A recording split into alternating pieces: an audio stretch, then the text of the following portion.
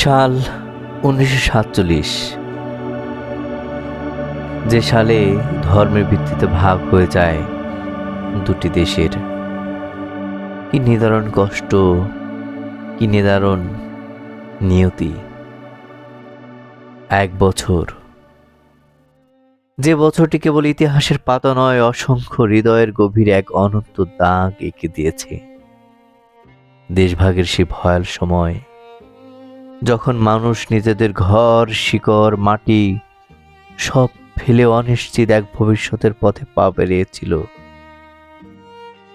কেউ পাড়ি জমিয়েছিল নতুন দেশ ভারত বা পাকিস্তানে, কেউ আবার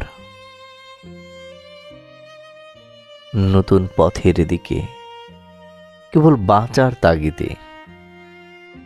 যারা দেশ ছেড়ে চলে গিয়েছিল তারা হয়তো এখনো বেঁচে আছে স্মৃতির রাজ্যে। তাদের সন্তানরা আজ হয়তো বিদেশের আকাশে ঘুরে ফিরে বেড়াচ্ছে, কিন্তু গভীর রাতে মন খারাপের এক নিঃশব্দ মুহূর্তে তারা খুঁজে ফিরে সেই পুরনো উঠোন, সেই গ্রামের মসজিদের আজান কিংবা দূরের কোনো মন্দিরের ঘণ্টাধ্বনি। তারা জানে তাদের পূর্বপুরুষদের সেই দেশ এখন মানচিত্রে বাংলাদেশ, কিন্তু হৃদয়ে সেটি এখনো আমার গ্রাম, আমার ঘর, আমার শৈশবের নদী।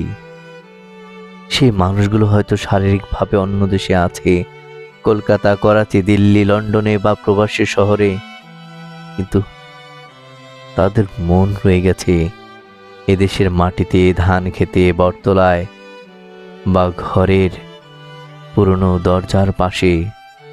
তারা হয়তো মাঝে মাঝে চোখ বন্ধ করে দেখে, ফিরে দেখে শৈশবের সেই উঠোনে, যেখানে ছিল একচালা ঘর, পাশে নদী, আর মা ডাকছেন, ফিরে আয়, খেতে আয়।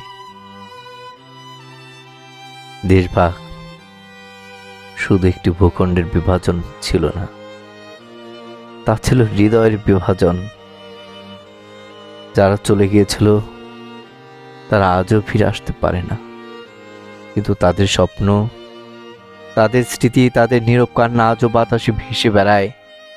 দেশ বদলে গেছে, মানুষ বদলে গেছে, প্রজন্ম বদলে গেছে, কিন্তু কিন্তু সেই হারানো ঘর, সেই ভাঙা সম্পর্কের বেদনা এখনো যে বড্ড অমিল।